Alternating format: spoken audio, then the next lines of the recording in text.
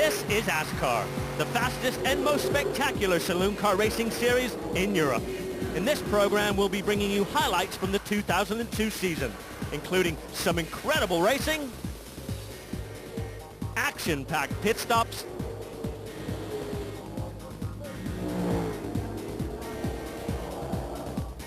and plenty of thrills and spills. All the ASCAR action takes place on Europe's two American-style banked oval tracks, with the series starting at the 1.5-mile Rockingham circuit in England. Paul Mazel takes up the story. It's the Goodyear 100, round one of the ASCAR Championship of 2002 gets underway, and a cracking start from Hodgson back on the inside of the second row.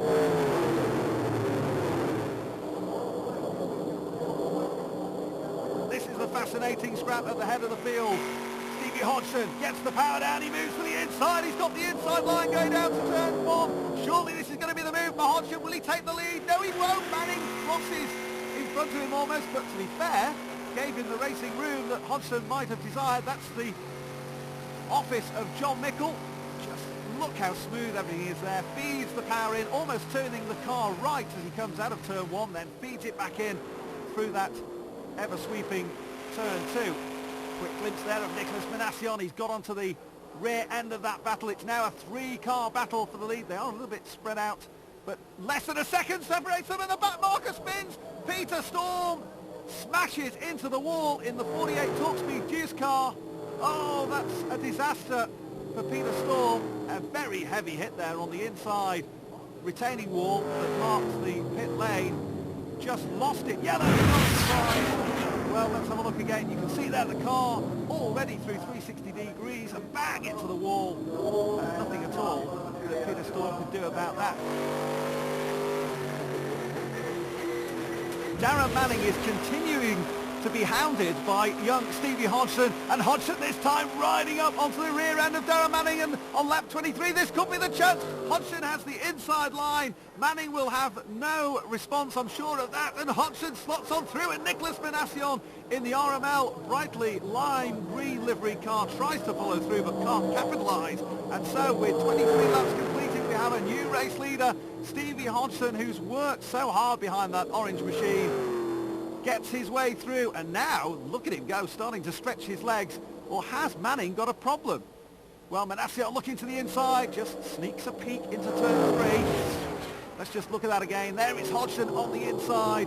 Darren Manning, to be absolutely fair, giving him the room, well, on this occasion anyway, and Hodgson leads. Well, it's been a fine performance by Darren Manning. He drops back and loses another spot though. Here up ahead we see Colin White also getting past Darren Manning, so his tyres must be going away from him. Oh, and he chops across the front end of John Mickle. Mickle won't be best pleased with that. This the view though from Jason Plato as we come into turn four. Race order, Hodgson, Minassian, and dropping back further as Colin White also goes through. The low car on the track there is the 58 car of Tom Gwinchard. Gwinchard keeping down low, that's just as he's supposed to be, but that's unsettled the rhythm from John Mickle, and Jason Plato capitalises, gets to the inside of the 24 car and moves himself up into 5th place. Well, Jason's already said that there's a huge amount to learn about this oval racing, but he's capitalising here, doing a great job down on the inside, through the inside of the reigning ASCAR champion, John Mickle.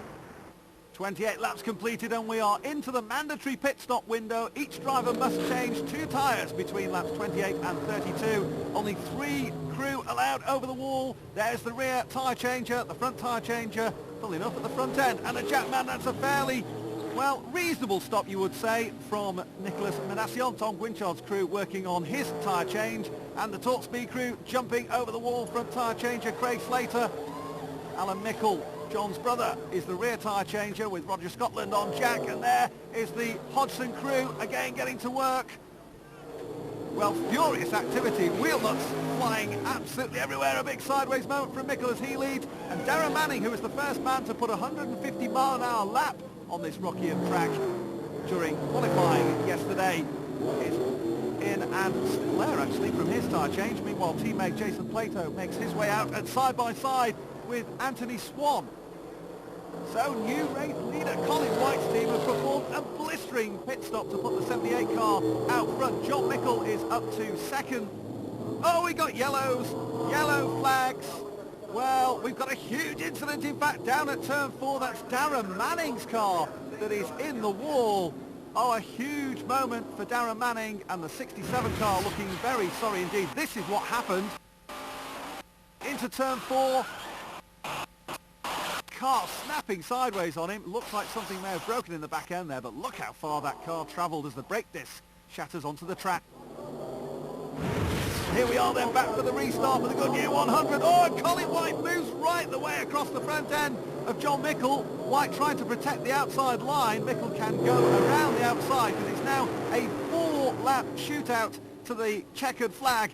John Mickle won the opening round of the ASCAR 2001 championship, but he's got some work to do now if he's to catch Colin White, who is really being impressive today. Got the car superbly set up, have his crew and team. Nicolas Minassian trying to battle his way past Mark Proctor, who likewise has been on the pace but not had the good fortune that perhaps he deserves. And Minassian to the inside. That's the third place seal, you would think, for Minassian. But what can John Mickle do about Colin White?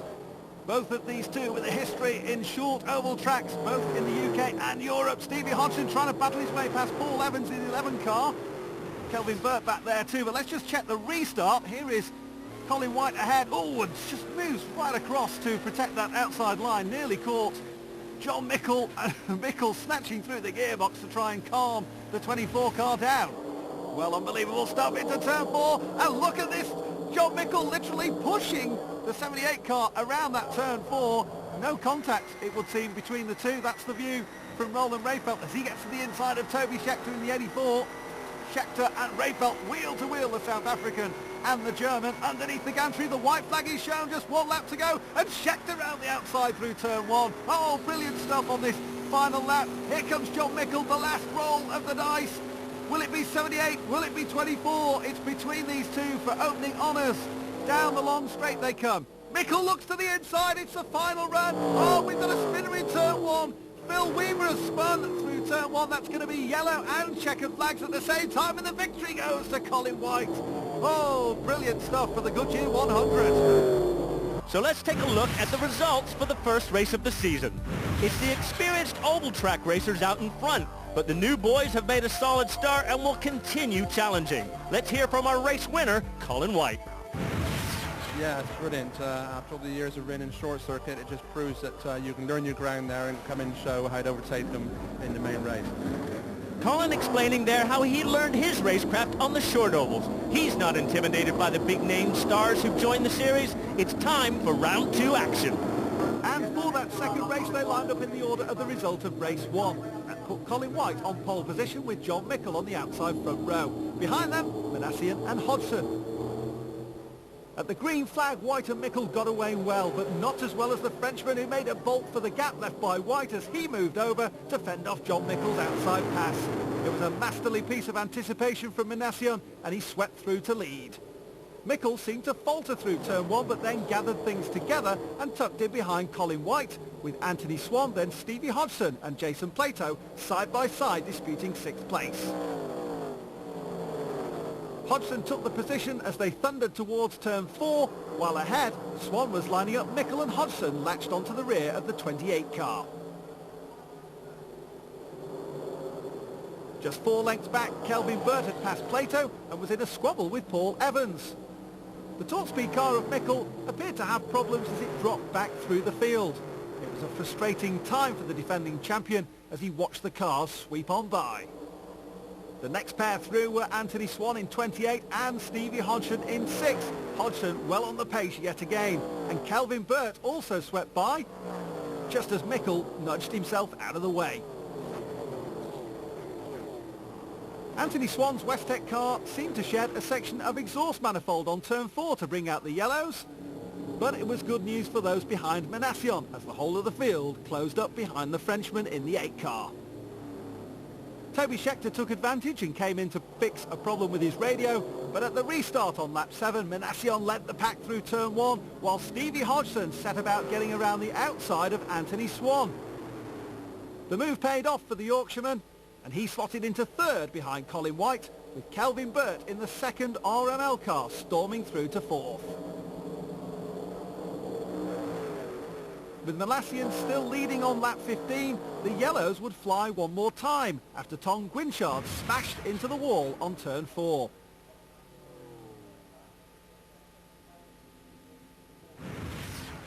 During the caution period, Plato came into the pits after reports from spotters of a suspected oil leak. And Mick also pitted to change 2 outside tyres in a bid to resolve problems with his badly handling car. Both lost a lap on the leader. And that leader was Nicolas Minassian, who retained the lead at the restart on lap 23. But Hodgson made it clear he wanted that second place from Colin White. Kelvin Burt, Anthony Swan, Paul Evans and Rob Speake all had a grandstand view as they charged on in the group close behind. Stevie Hodgson and Colin White have both won countless championships on the short ovals in the UK and Europe. So it was only a matter of time before they paid homage to their roots and showed what oval racing is all about. They fought door to door on the banked oval at speeds of up to 175 miles per hour.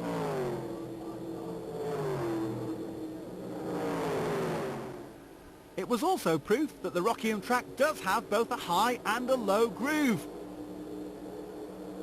There was absolutely nothing between these two, quite literally.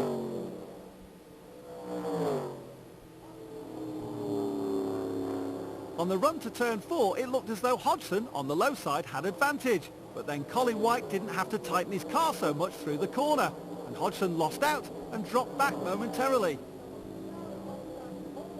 Into turn 1 on lap 25 though, Colin White just ran that bit too wide, and Hodgson grabbed second for himself. Colin White retook second from Hodgson into turn 2 on lap 34, but Minassian continued to charge on. And despite a further caution on lap 42 after Anthony Swan pulled off with a bare exhaust burning through his wiring loom, Minassian was never to be headed.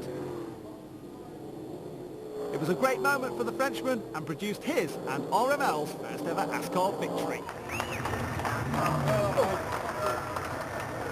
Hell of a race, I really enjoyed that.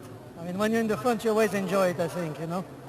But the last run was really hard because they was really behind me, pushing me really hard, and it was very exciting. So let's take a look at the points table after round 2. With 175 points for a win, 170 for second, and so on in ASCAR, it's all very tight. First race winner Colin White just heads the table. A fantastic start then at Rockingham, but it's just an appetizer for the action the crowds will see during the rest of the season. Euro Speedway Lausitz is the other circuit visited by ASCAR this year. It's in the former East Germany between Berlin and Dresden. Unlike Rockingham, Euro Speedway is a tri-oval, and it's also longer, 2.2 miles compared to 1.5, so the speeds are going to be even higher. This multi-million-dollar facility is impressive, but it's the racing that counts. Here we go then, the green flag is in hand and away we go, and the power kicks in and they get those rear wheels. The traction is down from those Goodyear tyres, thundering under the bridge. They go, what a tremendous start from Roland Rayfeld down the inside. It's 5 wide into turn 1. Oh my word, hold your breath because this could get very ugly. Round the outside goes Jason Plato, moves up into third and now challenges Kelvin Burt. But I think, Rob, there was contact there between the two RML teammates. Yeah, Paul, there certainly was. Talk about a fantastic start. I can't believe how many cars you can get. Look at this up on the inside there. That looks like Nicolas Minassian is going to go into the lead. Yes, not into the lead, but pushing Kelvin Burt out of position there. Yeah, Stevie Hodgson's made that breakaway, so we've got a great scrap going on for second place. Jason Plato's taken the high line, and that's going to drop him back. But again, Nicolas Minassian got to the inside of Kelvin Burt. The spotter will be shouting, car outside, and those two, a little bit of a tangle. Fortunately, not getting into any trouble, but what a start from the local man from Berlin. Roland Rayfeld there in the Texaco hooded car. Let's just take a look though, Rob, at the start again. Yeah, we're on board here with Nicolas Minassian. It's right up the inside of Colin White there on the inside. The 7 car, Kelvin Burt, his teammate. They're going to try and go through the corner like teammates, or are they? Oh, and he just touches Kelvin Burt's car there, more than touches it, Paul. That was a serious knock. How on earth Kelvin Burt managed to save that is beyond me. This is the view back from Colin White's car. You see Nicolas Minassian up the inside, but look at Roland Rayfeld on the inside of Darren Manning, and they're 5 wide behind Colin White. Awesome stuff from these ASCAR drivers. What talent we have got in the ranks all the way down through the field, and Rayfelt gets the inside as Mikkel tries to come across as well. Yeah, good move here by Rayfelt. I thought Minassian was doing a good job to squeeze up the inside, but look at this, absolutely no room here. The German driver wants to impress so much, just tucked in behind Colin White here. That was an aggressive move, great move. Oh, and this is the 7 car, the 2 RML cars. Kelvin Burt knocks Nicolas Minassian. Jason Plato takes advantage as well. Talk about aggressive moves. My, oh my, we saw a few weeks ago in Formula One that there are team orders there. No team orders in ASCAR. All of that taking place at 185 mile an hour or thereabouts. They're side by side. Plato gets through into second place behind Stevie Hodgson. My, oh my, there'll be words exchanged in the garage about that, Rob, surely. No question about that, because Burt's move put Minassian out, gave Plato the advantage, and then he slides past Burt as well. Great moves here in this ASCAR race. Great action all the way through the field. These top 6 absolutely battling it out, hammer and tongs. Here it is again. Watch for the puff of smoke. There it is, a little donut tire mark, but on the side of Nick Minassian's car. Plato sees that, takes advantage, dives down the inside, second place. Thank you very much. I love this aspect of ASCAR racing. Just 3 guys over the wall. It's such an important part of the whole race. None of these kind of high-tech jacks. They just jack the thing up. They got to change the wheel to see Darren Manning going for pit service also. Yeah, they'll all be in now. They've got a 2-lap pit window in which every car must come into the pit lane and change those 2 outside wheels, and a problem on the rear of Kelvin Burt's car. Well, disaster for them. That's going to slow them up. A good stop, though, by John Bincliffe's outfit. Darren Manning gets away into 67. Here come the CWST. Here comes the race leader, Rob, the race leader on pit road. He may have just got bought there. Leo Keefe coming in as well. There is a pit line where the pit lane starts. 60 kilometers an hour is the speed, but there's Jason Plato leaves and may well take the lead now. Yeah, I think he might do. And important to understand, Stevie Hodgson was doing the right thing there. He's allowed to overtake the outside of that car until he comes to that line, as you pointed out, Paul. Phil Weaver leads. Here comes Hodgson then. Got Scott Newton there. Comes out with the jack. We'll get that underneath the car. All change under there. Front wheel off.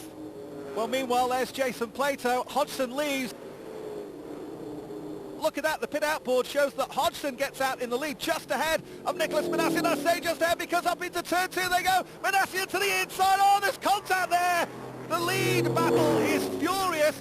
And I'll tell you one driver who will be furious. Stevie Hodgson gets ridden right up the racetrack, but I don't think that was an unfair manoeuvre by Minassian. I'll tell you what, he was very aggressive indeed, but there was plenty of racetrack there. He was up the inside of him, and I think maybe Stevie Hodgson was just trying to hang around the outside, as you would do. Just got himself a little bit wide. They touched, and wow, he's lost a lot of momentum here, Paul. He's almost into the clutches there, isn't he? Behind him of Jason Plato is lining up an Uber. I think the problem was, let's take a look at it again.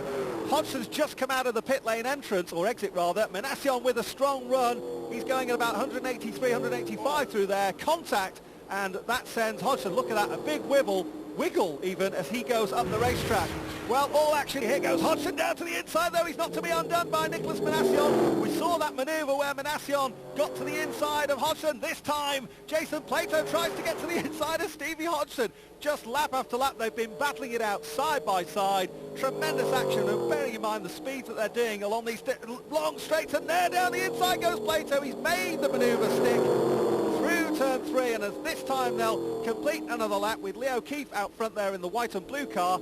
Minassian now has Plato soaring back and forth behind him in second spot. Yeah, Minassian's looking strong, but Plato, as I said, is the man on the move, and some good racing here between him and Hodgson. Hodgson gave him a little bit of room, and Plato is really pushing hard. Gets his car down a little bit too low on the inside, and you could see that thing wiggle around here. Hodgson's coming back on him, though, here, Paul. Look at this, using the full width of the racetrack and everything. Jason Plato doing? He moves from the outside of the track to the inside. Hodgson will be down to that garage. He's going to lay him on his back, I promise you. That was an outrageous manoeuvre from Jason Plato. Let's just have a look at it again, Rob. Yeah, I tell you what, Hodgson is a man who I would not want to mess with outside a race car, but I think Jason Plato, as you say, might be having a little bit of word here from Stevie Hodgson. I mean, that was some seriously aggressive stuff. Too aggressive, really. Puts him on the grass. I mean, we know ASCAR's turn left, but that's an outright T-junction manoeuvre there from Jason Plato.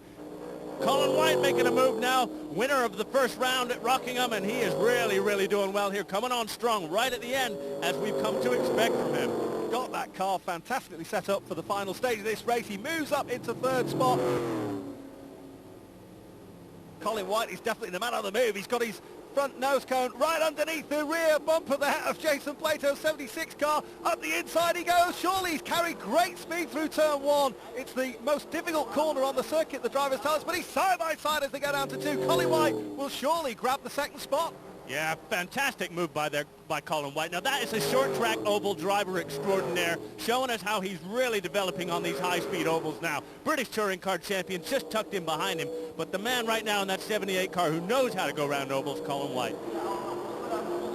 Well, let's see him. To the inside he goes. Here goes Colin White, and he's going to take the lead, surely. Oh, brilliant stuff from Colin White. Takes the race lead here, and an absolutely fantastic manoeuvre. Colin White takes the checkered flag. The number 78 CWS machine takes victory yet again, Paul. He took the win in the opening round. He does it here again in Germany, and not unsurprisingly, the CWS crew absolutely thrilled to bits with that. Another fine pit stop from them, but they set that car up, Rob, superbly to get him really strong in the closing stages of the race. So, Colin White takes his second victory, with Nicolas Minassian again his closest challenger. Jason Plato claims his first ASCAR podium. But let's hear from our race winner. On lap 13, this is pretty unlucky. I'm back in 4th place. I've got to do something here, and just edged away and sort of got there and used some of the short circuit experience on the inside. A look at the points table shows it's oval track experience which counts at the moment. But rookies Kelvin Burt and Jason Plato have had good finishes and are both ahead of defending champion John Mickle. Unfortunately, heavy rain put paid to any further racing on the series' first weekend at Eurospeedway. But an impromptu football match in the pit lane provided the teams and fans with some entertainment. ASCAR moved back to Rockingham for round 4, where the latest oval track rookie was waiting to join the series. With the grid based on the results from Eurospeedway, McLaren F1 test driver Darren Turner will be starting from the back of the grid. Let's join Paul Mazel. Ready to rumble, the engine note rising on these mighty V8 ASCARs as the green flag is in hand, and there he goes. We are green, green, green for a start. Oh, there's contact on the start-finish line. Stevie Hodgson jacks up the back end of Nicolas Minassian's car. The Frenchman will wonder what on earth is going on, but it's a good clean start, and Hodgson round the outside tries to go for 3rd spot. Yeah, that was a great start, Paul. Very, very aggressive at the start. Look at this, Minassian around the outside of Colin White straight away, is he? Yes, a good move by the RML driver there, as he is, or is he taking the spot? Yes, ooh, he is. He nearly drove through the side of that new bodywork that Colin White's carrying. Remember, they've lined up on the grid based upon the result from Germany. This a substitute race for that. We're 3 wide through turn 4. Toby Schechter on the inside in the middle of all that lot. But here comes Mickle in the 24 car, back on song now, and he's to the inside of Hodgson and takes away the 3rd spot from the Yorkshireman. It's the replay of the start, and watch this. Stevie Hodgson, Rob, knocks the back end out of Nicolas Minassian's car. That will have given the Frenchman more than a shaken swerve. There was no pause there, Paul Mazel. I'm sorry to interrupt you. The back of Minassian's car there. That's great to see. Look at that. Stevie Hodgson smacking into the back of the Frenchman. Very good indeed.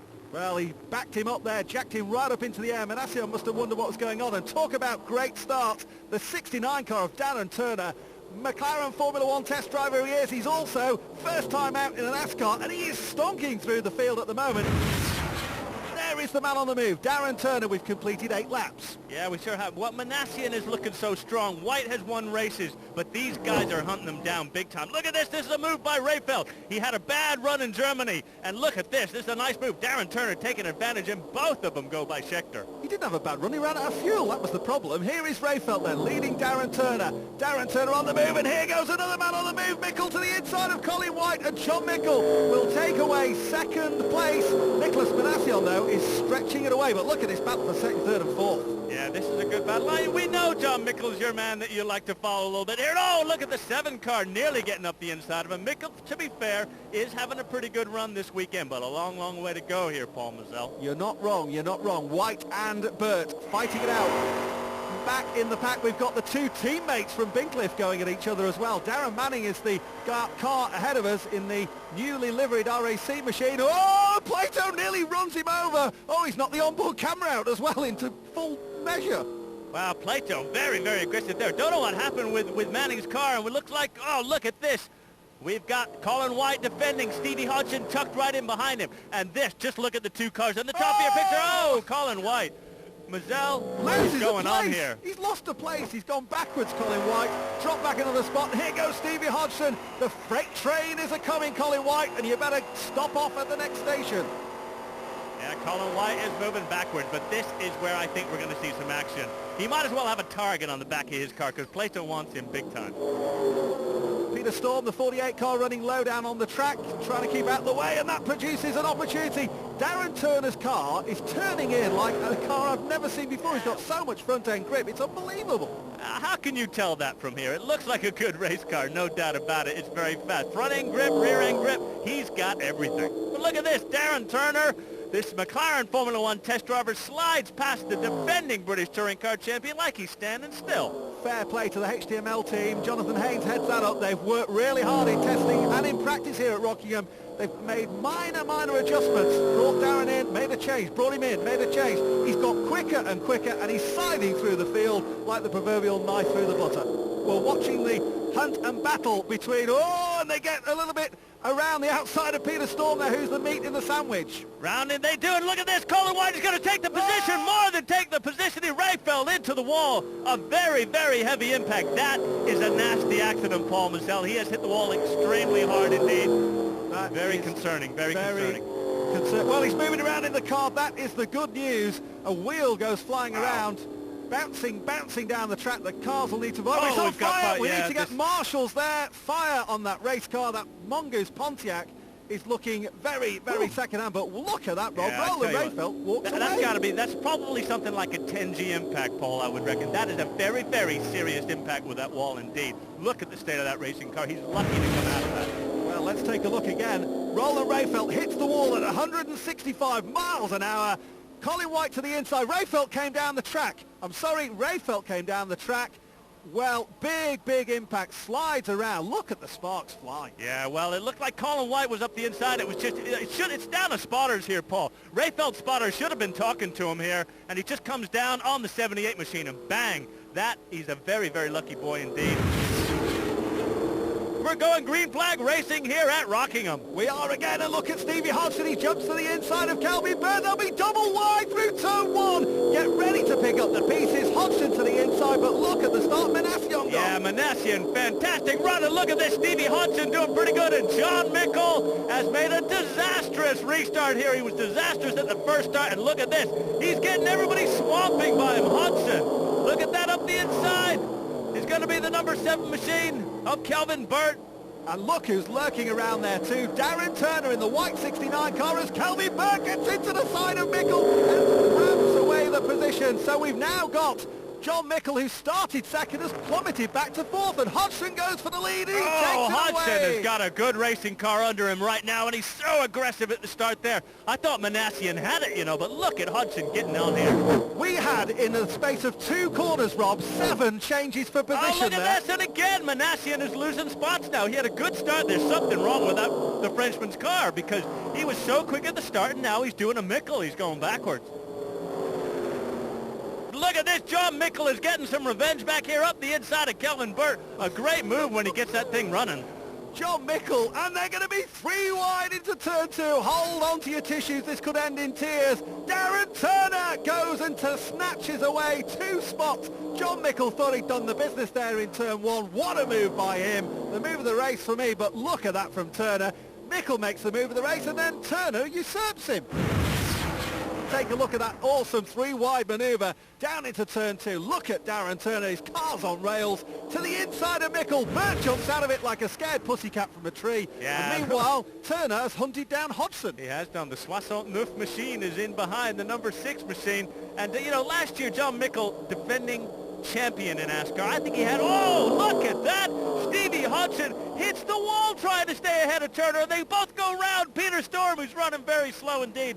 I cannot believe that he managed to keep going, and John Mickle is taking advantage. Look at this. I know some of you haven't seen racing where we have 3 cars covered by a tissue racing for the lead, but here we have it in ASCAR. 46 laps they've completed, and we've got 3 cars there fighting out for the lead, and Kelvin Burt comes to join the party too. Oh, look at that. I reckon Stevie Hodgson's car is better. Look at this, the 69 car going into the lead. Yes, it does. Hodgson's car is loose. The 24 car is diving in there, and Hodgson is in some big trouble after hitting that wall, Paul. He's gone backwards, hasn't he? We have another race leader, Darren Turner, and here's how it happened.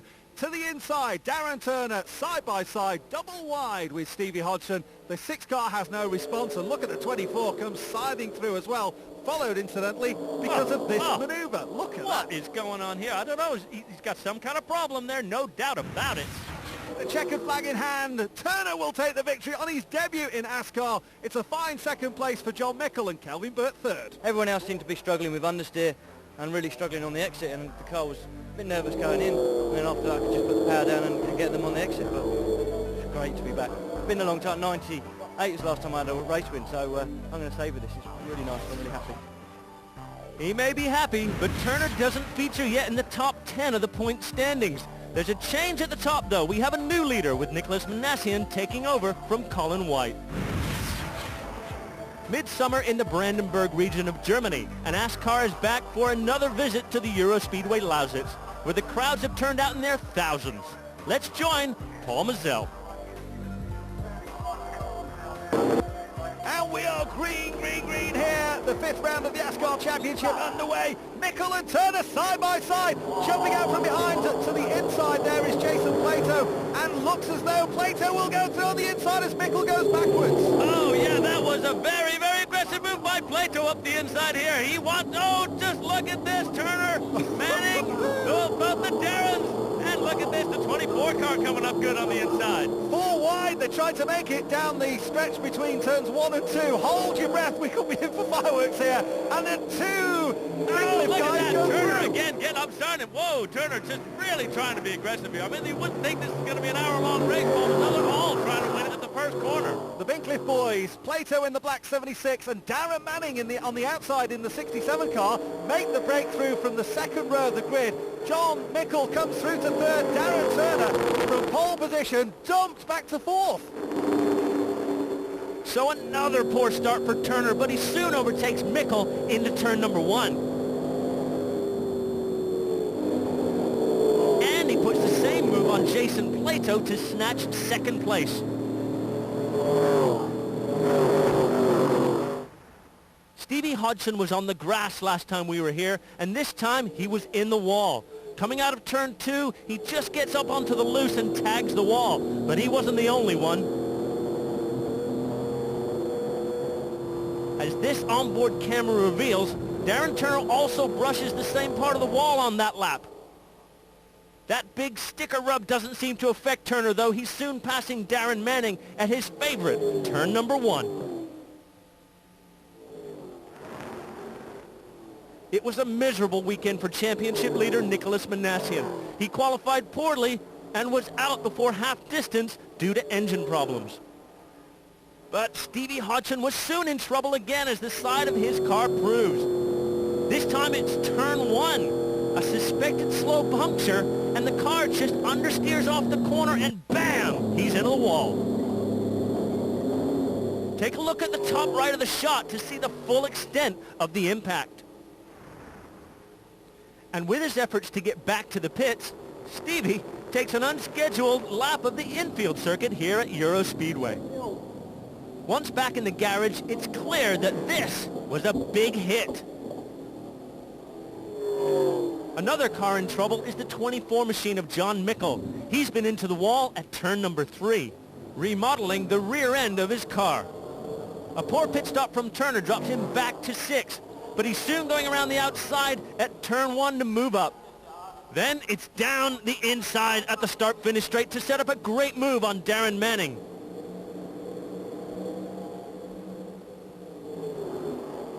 And just as Turner's looking to take the lead from Colin White, Anthony Swan has a big crash into the turn 3 wall. Thankfully, Swan was unhurt. But this footage from Jason Plato's onboard shows how he gave Swan the unwanted tap on the rear end, which sent him into the wall.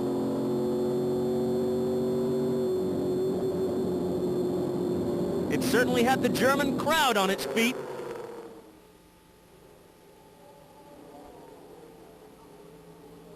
Its normal service resumed after the restart as Darren Turner sets up an awesome move on Colin White and charges past to take the lead. Try as he might, though, the CWS 78 car can do nothing to hold back the HTML Pontiac. And Big Cliff teammates Darren Manning and Jason Plato battle it out for second in the closing stages. But as Turner took the checkered flag, it's Manning who held on for his best result of the year so far.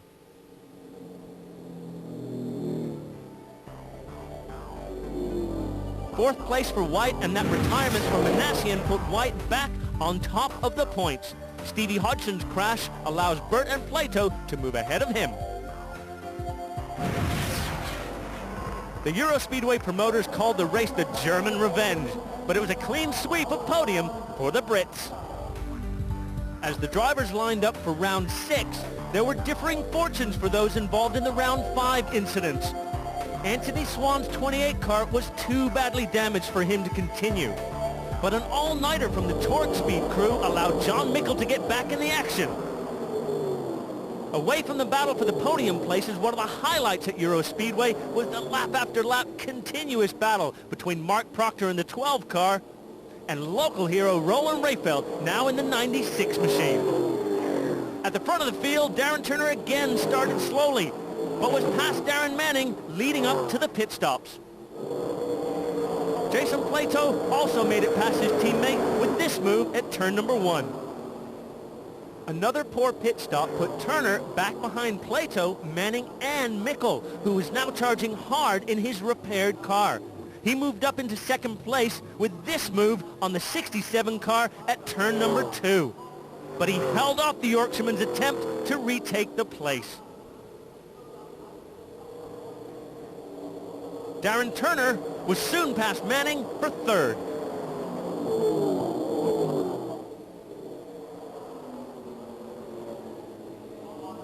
He came up behind Mickle just as Mickle caught the leader, Jason Plato, at turn 2.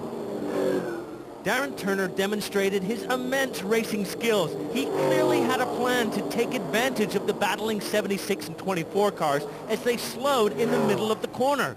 Turner carried out his plan to perfection with this audacious 3-wide move into turn number 2, leaving Mickle taking second place as poor Plato gets dumped down to third.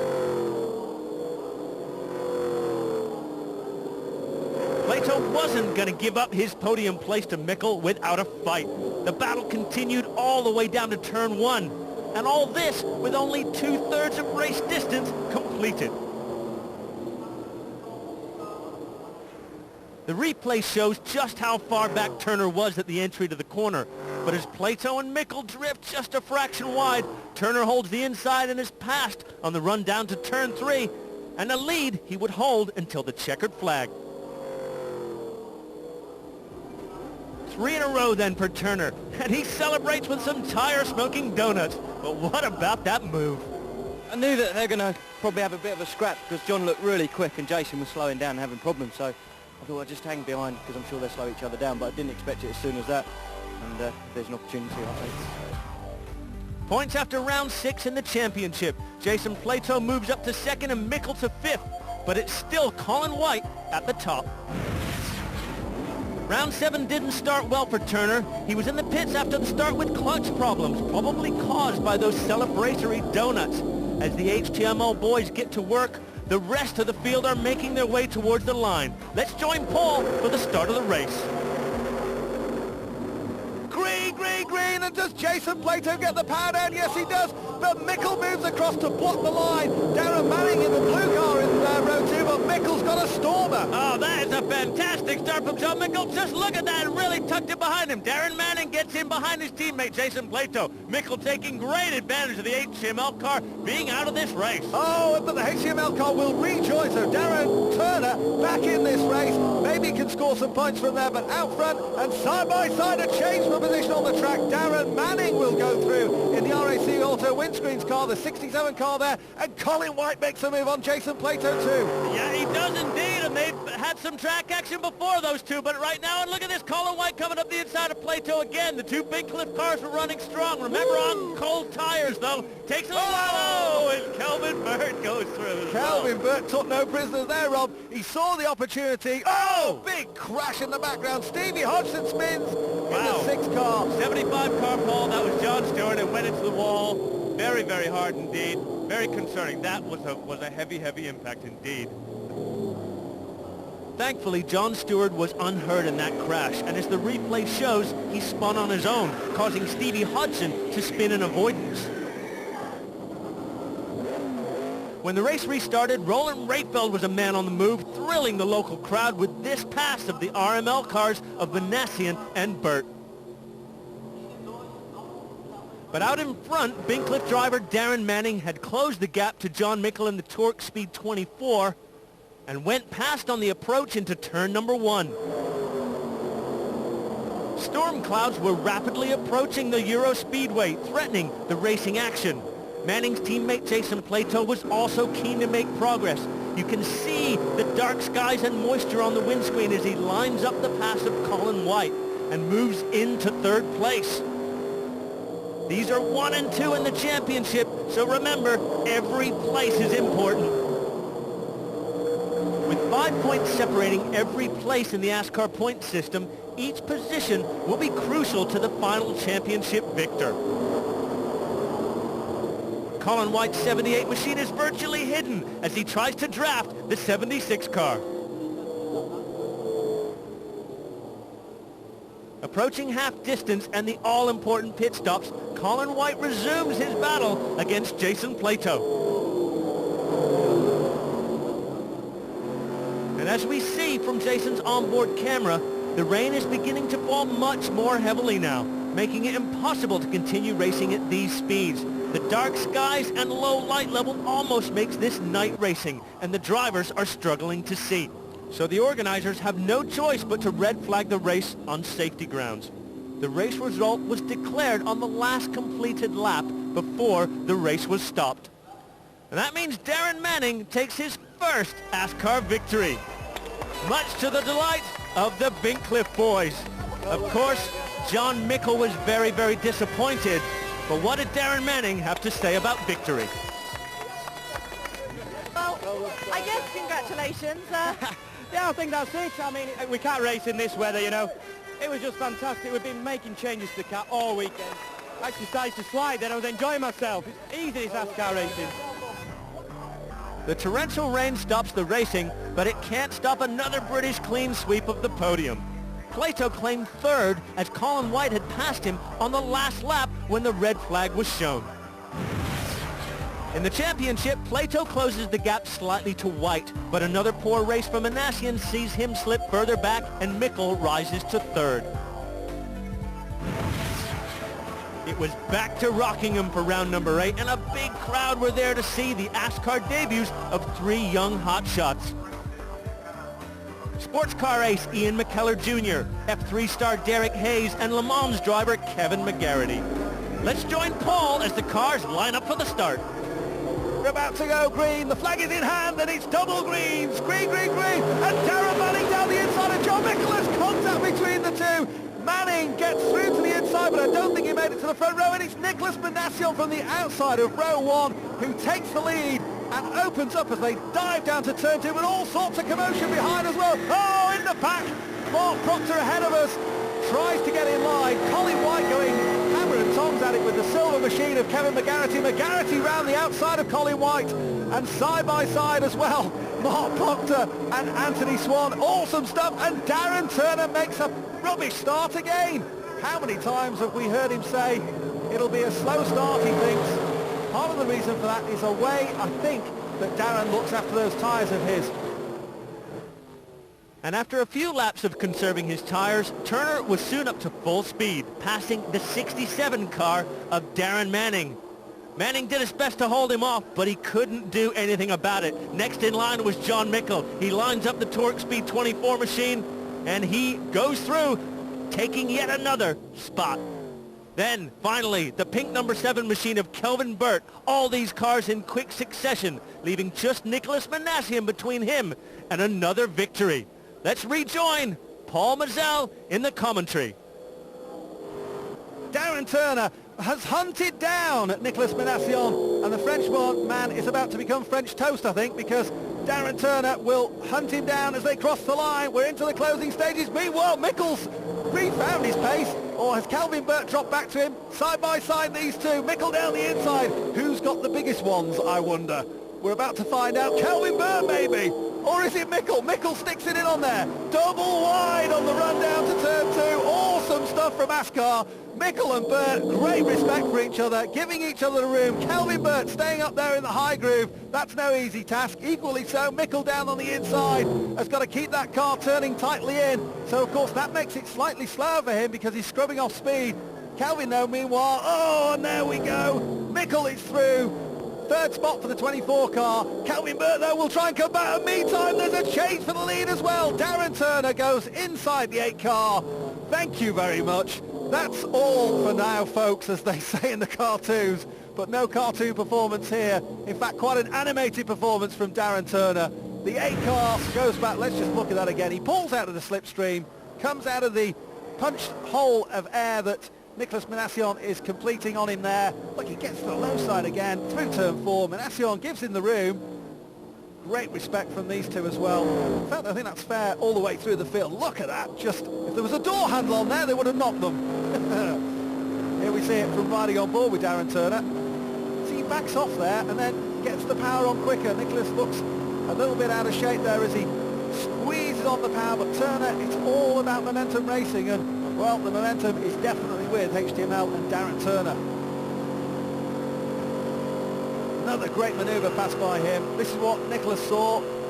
Oh no, oh no, oh no. To the inside. And through turn 1, it's bye-bye. This is an awesome drive for Darren Turner. There is the white flag. That means 1 lap to go. It's just under 1 mile now for Darren Turner to go. Nicolas Minassian has closed up in it. We've got back markers ahead as well. Could they come into play as they'll round turn 4 for the final time? Checkered flag is in hand. Nicolas Minassian closes up behind. There are the back markers of Procter and O'Keefe. And Darren Turner will bring it off turn 4. It's another fine victory for the white HTML Pontiac, and an awesome performance from Darren Turner. That was really hard work. First set of tyres were never had set like that before, ever, and it was really, really hard work, and I thought we were going to lose it a couple of times, and John was behind at one stage and had a big moment, and I really wanted to come in and just change the tyres then, but we had to wait until the pit stop window, and after that the tyres were okay. The second set were just how we should have had them from the beginning, so just had to chase Nicolas down, but God, he's hard work to get past, really hard. I mean, considering how his car looked, he was really travelling really quick. Another win for Turner, but he still doesn't feature in the top 10. There's no change in the top 2, but Minassian is back up to 3rd. So it was celebrations then for the top 3 as they get acknowledgement from the crowd. And that puts them in the front of the grid for round number 9 in the championship. Darren Turner sprays the champagne, and round 9 started with this spin for Lee O'Keefe.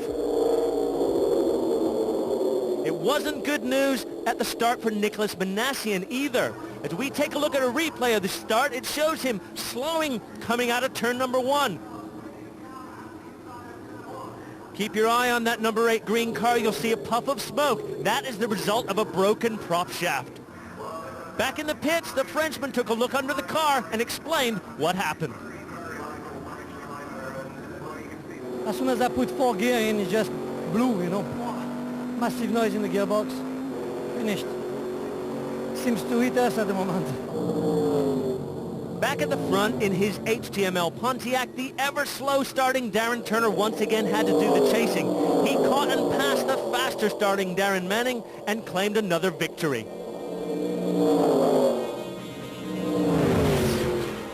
In the championship, the retirement from Minassian dropped him 2 places to 5th. But with 175 for a win and 7 rounds to go, it's really anybody's championship still. Although he's not even in the top 10, 5 victories in the previous 6 races for Darren Turner in the number 69 HTML Pontiac was causing controversy. People were asking whether the 3 different body shapes in ASCAR were as equal as they are meant to be. The response from the ASCAR officials was to add an extra ½ inch to the rear wing of the Pontiac, designed to slow the car down. Let's see if it works. Here's rounds 10, 11, and 12 with Steve Slater. and it's 3 abreast. John Mickle and Darren Manning going down the inside of it, almost 4 abreast into turn 1, and it's John Mickle running with the advantage. Kelvin Burt then going all the way around the outside. Darren Manning now making his move for second place, but this is the man out in front, number 7, Kelvin Burt. Yeah, that's a great start there by Kelvin Burt, Steve Slater, and Mickle was the man off the line. He said, let's get on with it, but what about Darren Manning? Boy, it was 5 cars abreast going into that first turn, Steve. And just look at this, the battle for second, third and fourth. Kelvin Burt is taking advantage of this to run away at the head of the field.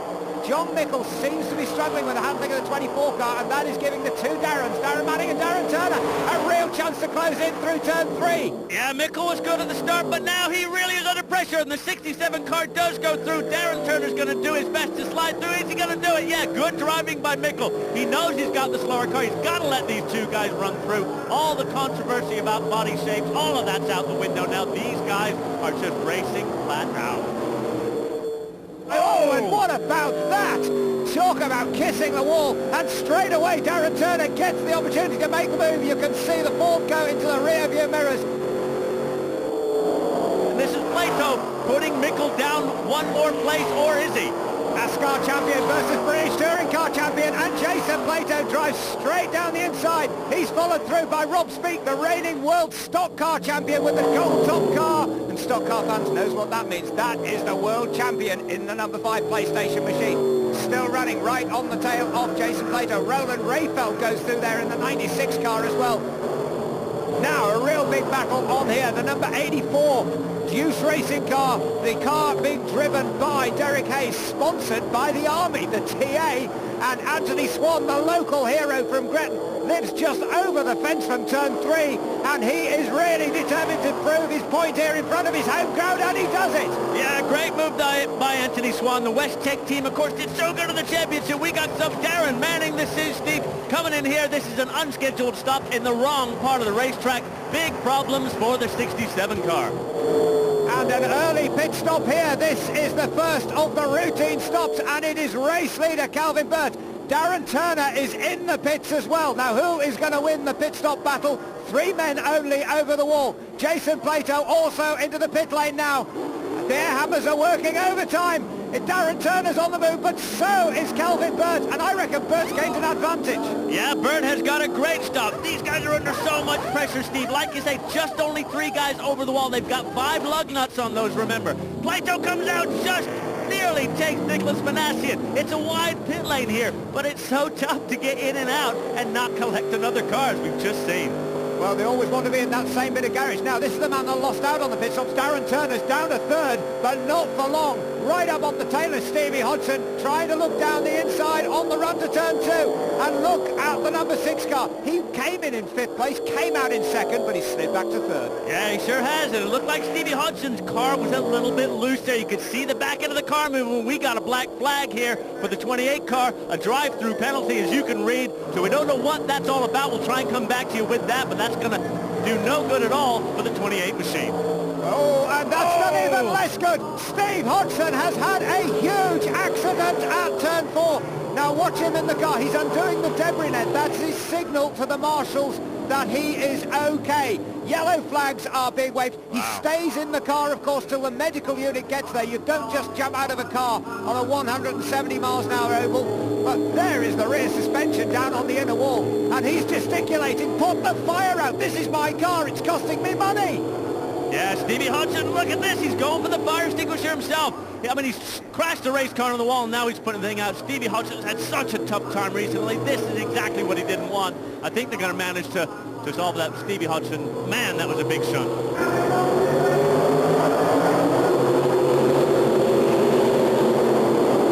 As we get the 2 greens, it's Colin White, though, that's the man on the move. Darren Turner, not for the first time, is asleep and then has to make his move again to get back into that 2nd place. But look at the battle for 3rd. It's the number 12 car, Mark Proctor, the number 96 Chicago pneumatic car, all going wheel to wheel with Colin White. Absolutely fantastic. Wow, Colin White was so aggressive up the inside, but he overcooked it, Steve, didn't he? Darren Turner had to let him go by, but then slid up the inside, and I'm sure he touched the back end of Colin White's car. Mark Proctor, the doctor, was aggressive too.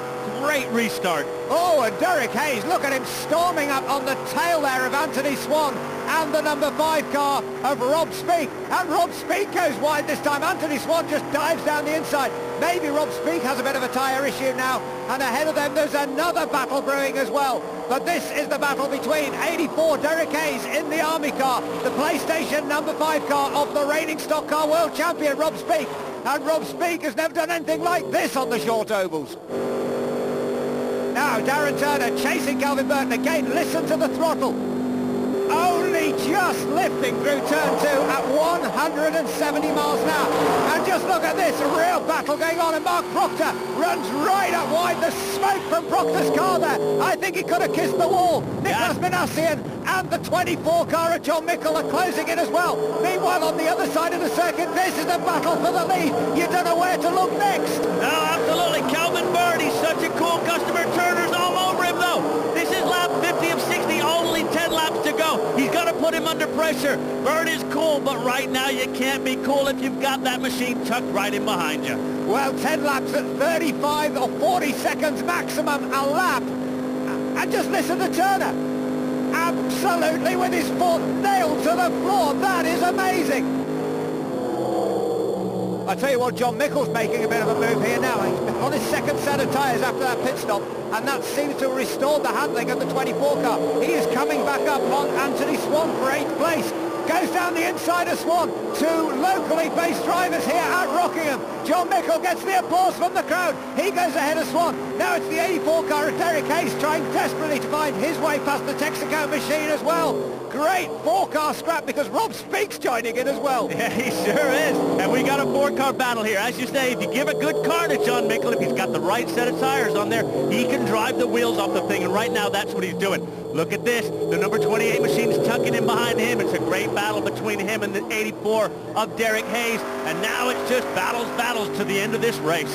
Well, Derek Hayes has been driving absolutely brilliant. Don't forget, this is just his second weekend of racing. Oh, and what did I say? Derek Hayes has just made a mistake and kissed the wall. And that is kissed the wall, Steve. Kissed the wall. He smacked into it. But look at that. He kept his foot flat down.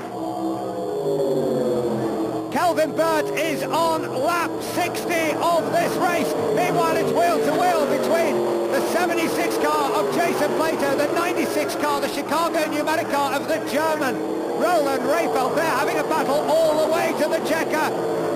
And at the moment, Jason Plato has the advantage, that 4th place and the vitally needed championship points. But ahead of him, Colin White is heading home in 3rd place. In 2nd place, it's Darren Turner, and he is chasing Kelvin Burt, who takes his first victory of the ASCAR season here at Rockingham. That was easy. The car was absolutely fantastic, and I could drive every lap like a qualifying lap. The tyres never went off. What more can I do? What more can I say? The car was magic. The car's all holding formation. It's a case now of watching Big Mac, Andy McRae, the flagman, and he's given the green flag. It's all clear for round 11 at Rockingham, and it's Kelvin Burt down the inside into turn 1. Good start from Jason Plato. He tucks in behind Darren Turner. It's 3 abreast now. Plato runs up to the wall. It's the German Roland Rehfeld goes inside him. This is a great move by the German driver, straight down the inside of Jason Plato. Oh, yeah, good move there by Rehfeld. As you say, Plato made a good start, but Minassian's getting him in the front 2. Just got such a run. Long way to go here, but what a start by those front 2. And just look who is beside Colin White. Number 67, that is Darren Manning in the RAC Auto Windscreens car, way up from the back of the grid, and he's already there chasing the lead group. Brilliant start. Boy, oh boy, look at these guys at the front, Steve. Rehfeld looks like he's very much on a move, and White just keeps ahead of Plato there. But here we are. This is the battle. It's Darren Turner and it's Kelvin Burt. Well, Kelvin Burt being chased by Darren Turner. Oh, and Kelvin Burt's car looking very loose there through turn 2, right up to the wall. Well, there is Jason Plato now in the lead group, and somebody's in trouble, dropping down on the inside, and everything's getting bottled up behind him. That's John Stewart in all sorts of trouble. Looks like a dead engine for Stewart, coasting for pit lane. And, whoa, Darren Manning there, battling with John Mickle, and Darren Manning really closing the door hard. Well, Manning's aggressive at the start. Talk about aggressive. Look at this. Mickle's going to head towards the wall. Oh, and that is a huge hit. And the number 5 car of Rob Speake was trying down the inside. I don't think there was contact between them, though. Well, boy, oh boy, am I glad to see that. John Mickle climbing out of the car there. It's Kelvin Burt in the pink machine ahead of Darren Turner, then the German Roland Rehfeld as they make the run for the line. And very aggressive Rehfeld right down on the inner apron, holding off Nicolas Minassian and going down the inside of Darren Turner, but he can't hold it. It's Turner still in second place. Around the outside comes Colin White, though. He is up into second. Turner is down into third, but Kelvin Burt is making a break for it at the front. Woohoo! That was some aggressive stuff at the start there, Steve. Rehfeld is really proven to be a good starter. I mean, he hasn't got the positions he'd like to. Kelvin Burt managed to get away, but Darren Turner did a lousy start, and he was having to be so defensive. Look at Colin White on the move, though. We got a yellow out here. And we understand that it's actually some fluid or some debris down on the inside of turn 2. 1, 2, 3 and 4. Darren Manning ahead of Colin White, but at the head of the field it's Kelvin Burt from Darren Turner, and look at Roland Rehfeld trying a hot start again. So does Nicolas Minassian. It's the battle for fourth down into turn 1. Darren Manning tucks in third place behind Darren Turner, but it's Kelvin Burt at the head of the field side by side as Colin White and Nicolas Minassian bear down to turn 2. Oh, and White puts the move on the Frenchman, goes up the inside. Again, Rehfeld had a good run, but again, he was blocked by having a whole bunch of ASCAR machines right across the middle of that racetrack. He couldn't get by, but look at these two guys. We love the battle of the two Darrens, and here they are again. Well, yes, Darren Turner in the number 69, the Pontiac, run by the HTML team from Northampton. Then it's the RAC Auto Windscreens car, Bitflip Sport. And just look at that, is really rubbing pain because Darren Manning had to go into defence mode there to hold Colin White behind him. They both lost momentum, though, and this could be the chance for Nicolas Minassian to get out of the draft. Get down the inside. No, he doesn't. This time it's Roland Rehfeld at the back. Colin White moves up to the head of that group. And Darren Manning's getting hung out to dry right up against the wall. He is having to defend like crazy. Wow, this is from the back of the number 8 machine of Minassian, and look at that. White is all over him. The 78 CWS car having a good run. Rehfeld's thinking about getting a run, and here we are. Good battles. We've seen battles with Minassian and White this year, and it continues. Rehfeld getting a great run on both of them. And look at it. Oh, and the 48 car there of Kevin McGarity is putting a move up to the inside of Jason Plato, and Plato has got some kind of problem. He is going backwards here big time. I think Jason Plato's got some kind of a handling problem. He's quick down the straights, and Jason Plato is as brave as anybody out there, but he came right off the gas there. These two drivers having their own personal battle, the two teammates in the Juice Racing team. The 48 car, don't forget, is crewed by the US Air Force, the 48th Tactical Fighter Wing from Lakenheath. The 84 car is crewed by the Territorial Army. There's no love lost between these two teams. Yeah, they're getting fisticuffs down there in pit lane sometime, but Plato must have an evil handling race car to be swamped by those two. Talk about being swamped. Look at the 69 car charging down our leader. This is the battle for third and fourth places. Minassian's car wobbling and bouncing in the slipstream there. This is fantastic ASCAR racing into the closing stages at Rockingham. It's still Kelvin Burt and Darren Turner at the front, but it's going to be Nicolas Minassian making his bid for the podium. Absolutely brilliant. Wow, look at Minassian. He does. He pulls it through. Colin White was defending as much as he could, but can Darren Turner take the win? I don't think so. No, I don't either. The flag is already waving. There it is, waving for Kelvin Burt and for Darren Turner. Nicolas Minassian, a fantastic third place on the very last lap of the race. A quick pit visit forces Jason Plato to start round 12 from the back. He's already charging through, though, as we go back to commentary with Steve Slater. This is the guy making the moves up through the back, Jason Plato. He's going like his trousers are on fire. Well, my trousers are on fire, your trousers are on fire, so that makes 3 of us. We've seen after one lap of 60, I don't know where everybody is, but look at Mark Proctor putting a move on the 28 car. Well, that is the battle for 5th and 6th places. Anthony Swan, the local driver from Gretton. And look behind them, because there is Jason Plato down the inside of Mark Proctor. And don't forget, Jason Plato has come from last, and he's now fighting for 6th place. Yeah, Plato is really on the move, and it's such a good battle. Plato, the 76 car, he's got the 48 and the 84 machine tucked in behind him. The Deuce boys are on a roll, Steve. Oh, yeah, Kevin McGarity and Derek Hayes, both of them pushing very hard in. Oh! And out and off, McGarity makes contact. Into the wall goes Jason Jason Plato, and he takes Mark Proctor in there with him, and that was a case of 3 into turn 1, don't go. Yeah, look at this. McGarity gets in too hot. You know, Jason Plato just got hit up the backside. Proctor was the innocent bystander, and he smack bang into that hard wall. Bad news for him. Just look at those two cars dragging themselves around. Both of them have got wrecked steering, and look at that tyre smoke from Mark Proctor's car. Once the race restarted, Kelvin Burt swept to his 3rd consecutive victory, ahead of RML teammate Nicolas Minassian and the ever-present Colin White. Well, it was those 3 victories for Burt in rounds 10, 11, and 12 which propelled him into the championship lead. Good results for White and Minassian, too, kept them close. So, let's hear from Kelvin Burt. Just perfect, fantastic. I don't know what else to do. It was just brilliant. You can't go better than that, can it? So, car's been exactly the same all the way through the weekend, and that's been spot on. So, makes the job look easy. Round 13 was on Friday the 13th, supporting the Sherpa Men 500 Champ Car race. Would it be unlucky for anyone? Let's join Steve.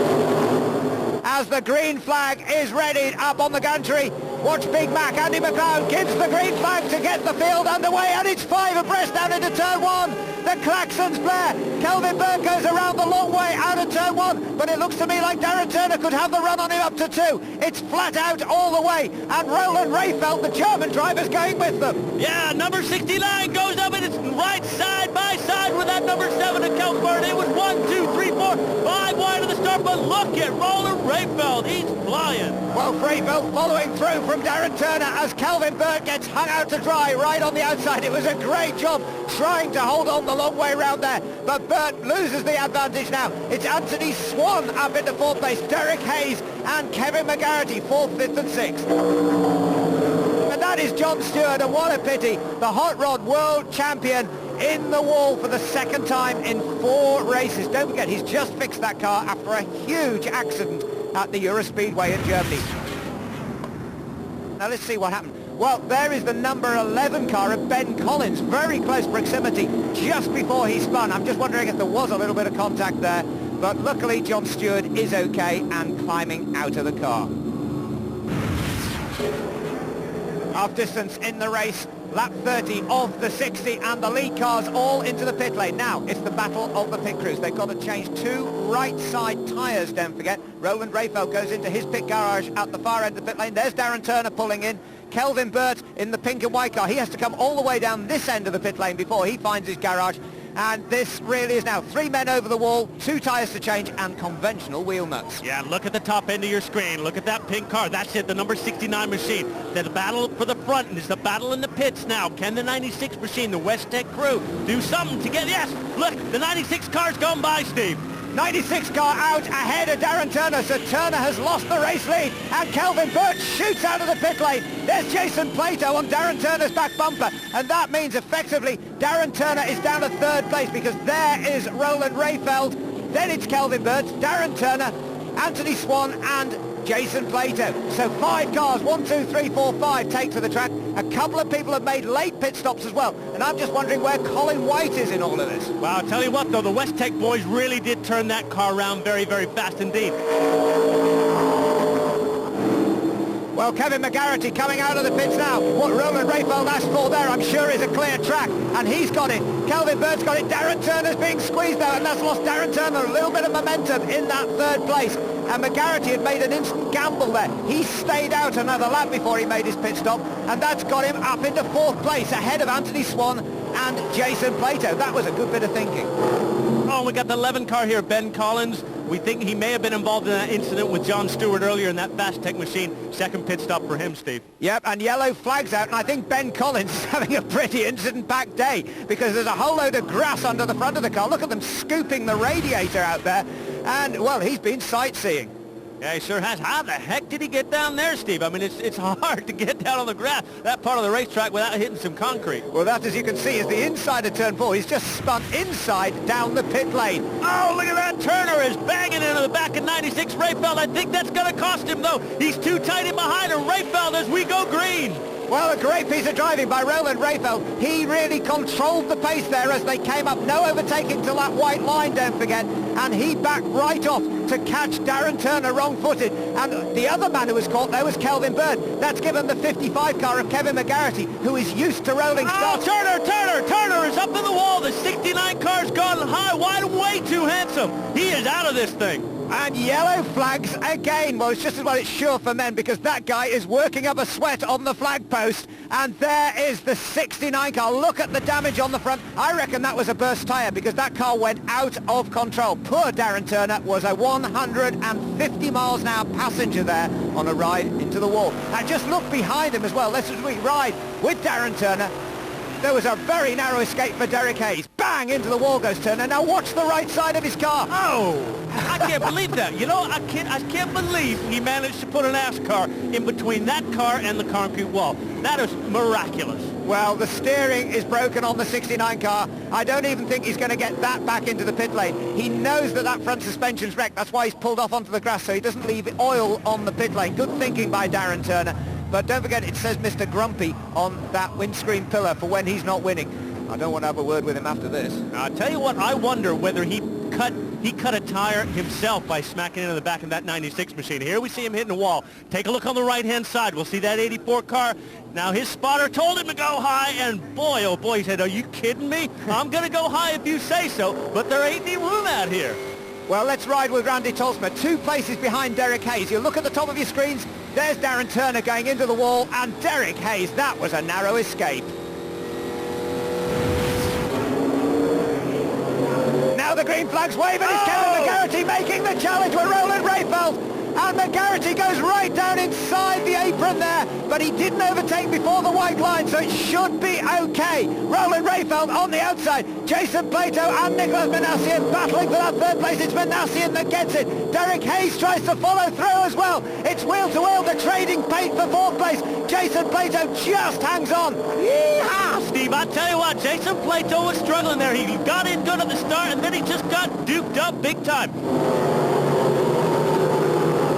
And again, Roland Rayfeld fights back, passes the limping Kelvin Burt. He is in trouble. Let's see what happened with Kelvin Burt, though.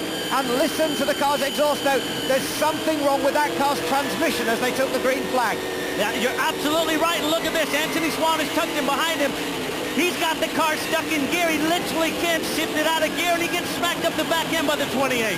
Well, a narrow escape there for Anthony Swan, and you can see there the lack of speed. Poor Kelvin Burt jammed in third gear, but these guys are flat out in top gear all the way to the checkered flag. Roland Rayfeld closes in again, but looks to me like the Le Mans MG racer Kevin McGarity has this one in the bag, or has he? Rayfeld closes in again. This is the run to the flag, and Kevin McGarity, who crashed last time out, is now the winner of round 13 and the first victory ever for Hodgson Motorsport. A tremendous result for the team and the driver. 3 starts at the end, and what happened? I passed somebody. I don't really know. You know, there's, I know that there's a rule that you can't pass somebody before the start of the start line. But if you're alongside them, that's okay, and that's what it was. And I knew that, and I was very confident that it was alongside him, but not past him. So everything was okay. But then Roland squeezed me right down onto the inside of the track. So that was a bit hair-raising. But yeah, we got away with it, and we just went around the corner together, and I passed him then at turn 2. Former World Rally Champion Colin McRae joined the grid for round 14, driving the 67 car, while Darren Manning raced in the Champ car event. Let's see how he did. Just listen to those big V8 American engines unleash 500 horsepower each. Kelvin Burt takes the race lead. Minassian trying to squeeze down the inside, though, of Colin White. It's the man from the West Country right up against the wall. Minassian alongside. Darren Turner, great start there also by Derek Hayes. But look at Minassian, squeezes it down the inside. He's up into second place. It's still wheel to wheel for fourth place, though. And it's that 84 car of Derek Hayes. Darren Turner down the inside of it. The German Roland Rayfeld moving up. Jason Plato's tucked right in there as well. And so is Colin McRae. Whoa, what a start that was from Kelvin Burt. He has just dusted him. He's away, but look at the guys behind him. They're just tooth and nail all over the place. The 55 car. McGarity trying to get up the inside of Plato. Well, Plato blocks McGarity, but look behind. There's Burt. There's White, there's Minassian, 1, 2, 3. Then it's Roland Rayfeld in 4th place, Darren Turner 5th. Then Derek Hayes, then this huge pack of cars, and Colin McRae. He got a slow start. He's just eased his way past one of the American drivers, number 48. Burt and Turner running away at the head of the order at the moment. Great battle on here between the two men from Northern Ireland. 55, Kelvin Burt, 84, Derek Hayes. Behind them, British Touring Car Champion Jason Plato just kissed the wall there and scuffed the paintwork on the 76 car. This is fantastic. Unbelievable. Let's talk a little bit while we can catch our breath for a moment about tactics.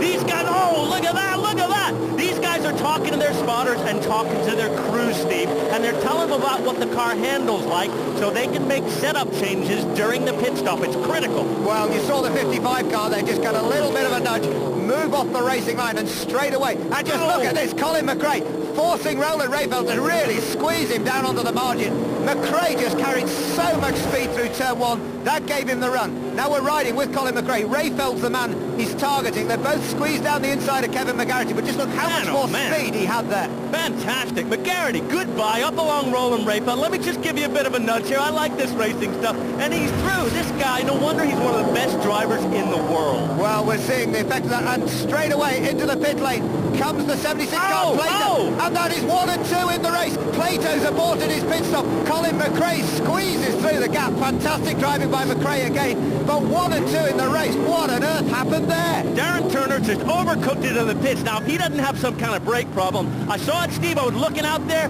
and it looked like he just came in too hot and bang, right up the back end of Kelvin Burt. Let's have a look there. Watch this. And, well, you know, anybody who's seen that happen on a motorway knows how easy it is to happen, slowing for the pit lane speed. I mean, Jason Plato cut across the grass and rejoined, so he's going to have to come in another lap later. Colin McRae squeezed his car through the gap. Well, there's the 7 car of Kelvin Burt. He's lost the race lead for sure. McRae, I think it's going to be a slow pit stop for him. And that is Kelvin Burt's car with a burst radiator. He is out of the race. Frantic work going on Darren Turner's car as Kelvin Burt takes off the steering wheel and climbs out. Oh, Kelvin Burt, woo! I would not want to be Darren Turner right now. Baby, this is just hotting up all the time. Well, there you can see the entire ASCAR field. And Colin McRae, look at the rubber he's just laid in the pit lane. He comes out effectively 3rd at the moment. Roland Rayfeld, Anthony Swan, and Colin McRae steaming up behind them. He really is fired up now. But what on earth happened on the entrance to the pit lane? That is the important thing. Well, we've got Amanda Stretton down in pit lane having a few words with Kelvin Burt. Bitter disappointment for you there. What happened? Oh, it's fairly obvious what happened. Over the moon, what do you think? He hit the back of me coming into the pits. Darren was going too fast. Just went straight in the back of the car coming into the pits. Spun us round. Broke the radiator. Well, you can imagine just how bitterly disappointed Kelvin Burt is. The championship lead has probably gone as well. Darren Turner, well, frantic work still going on in his car. Don't forget the cars have to slow to a pit lane speed limit for safety as they come into that pit lane. That's what precipitated all of that. Colin McRae still absolutely flying here as Derek Hayes and Roland Rayfeld go side by side ahead of him. McRae says, I'll have some of that, just slips straight through. Gets the draft there on the back again of his rival, Roland Rayfeld.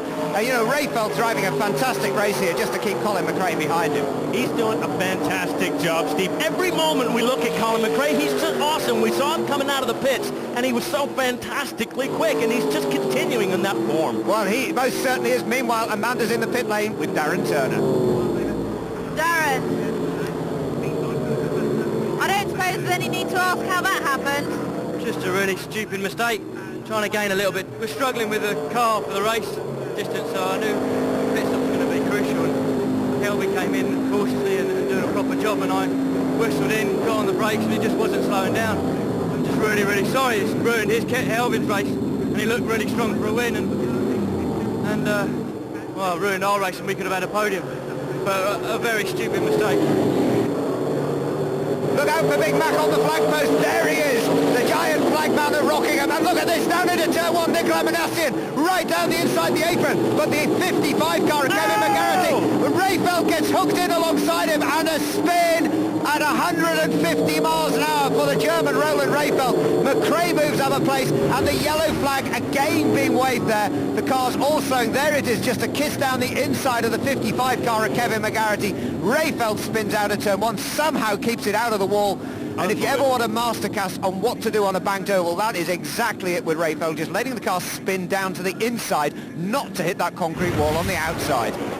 We got yellow flag again, cars in the pits, and Colin McRae an unscheduled pit stop, so this is bad news for him.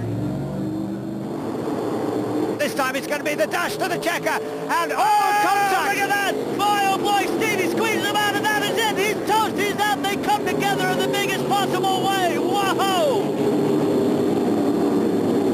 I've never seen a race like this at Rockingham. Forget Colin McRae, these guys are providing the fireworks as well. Colin White tries to cut down on the French driver holds his line, the two collide once, twice, three times and slide down the order, and that has really changed the complexion of this race. Kevin McGarity in the 55 car leads Derek Hayes, both the Northern Ireland drivers, and then we have this battle for third, and it's the 11 car, the man from the West Country, Ben Collins, closing in on Anthony Swan. Both the young chargers here in the race. Ben Collins is a rookie as well. This is just his second ASCAR race. Anthony Swan, his first season of Top-Line Motorsport. Let's have a look, though, what happened to the race leaders. Watch the green flag. There's the green lights come on. And already Colin White was diving across the nose of Minassian there. Bam! And that was a big, big hit. But Nicolas Minassian is still driving. I tell you what, Steve, you called it right, and it's rare for me to agree with you. And he just held his line. The Frenchman just said, hey, you're not coming by, buddy. Colin White pulled down on him, and boy, oh boy. Well, there's the big hit, the third and final of those impacts. And Colin White's arms going like a windmill in that car to keep control. Meanwhile, Colin McRae still battling with number 12, Mark Proctor, the man from Driffield in East Yorkshire. They are closing in on Anthony Swan in that number 28 Texaco car. But look at this. Colin McRae is staying with him. He is not letting him through. And McRae is driving right up on the wall there. That is actually kissing the wall at 150 miles an hour. Unbelievable. We're standing up here, we're bowing, because he is just one of the best drivers around. And this on the way to the checkered flag. Kevin McGarity is taking victory. To have 2 in 1 weekends, fantastic. You know, the race was totally just like yesterday, just a total strategy game, and the car wasn't too good after the pit stop, but it took a couple of laps to come in, so after every yellow it wasn't too quick for the first couple of laps, but she was good. It wasn't so good for Kelvin Burt, taken out here by Darren Turner, or with the clashing Colin White and Nicolas Minassian. Despite those problems, they remain first and second and third in the points with just 2 races to go.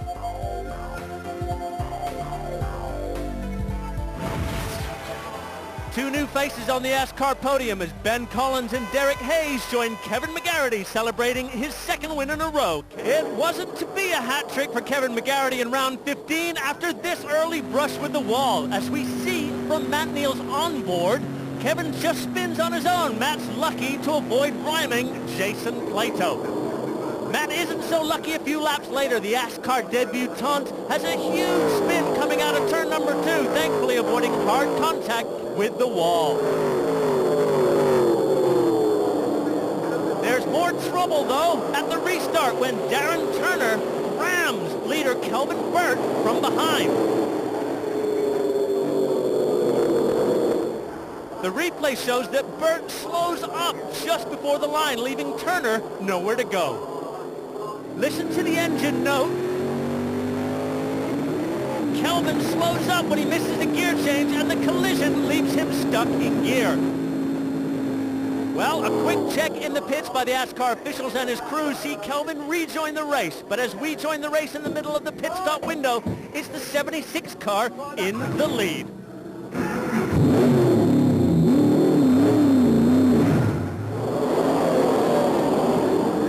Plato comes down through turn 1, and there's the rest of the pack all heading back out as well. Don't forget, you have to hold that pit lane speed limit. We're riding with Kelvin Burt, and that pit stop has brought Kelvin Burt back out right on the tail of his championship rival, Colin White.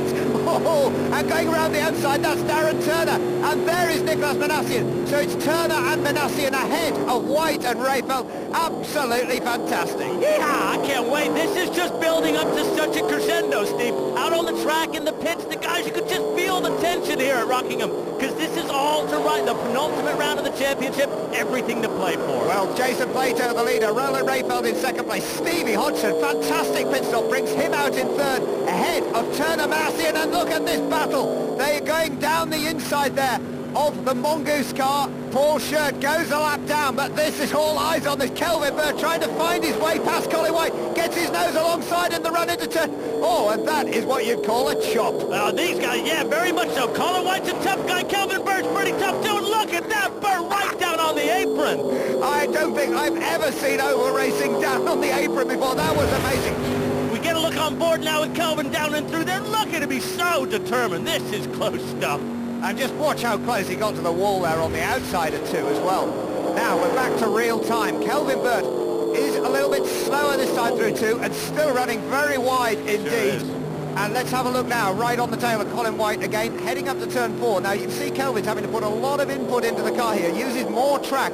Colin White is holding a tight line. Oh, and Kelvin Burt kisses the wall again. Kelvin Burt's actually leaning that car on the wall. You can see the scuff marks in the paintwork now.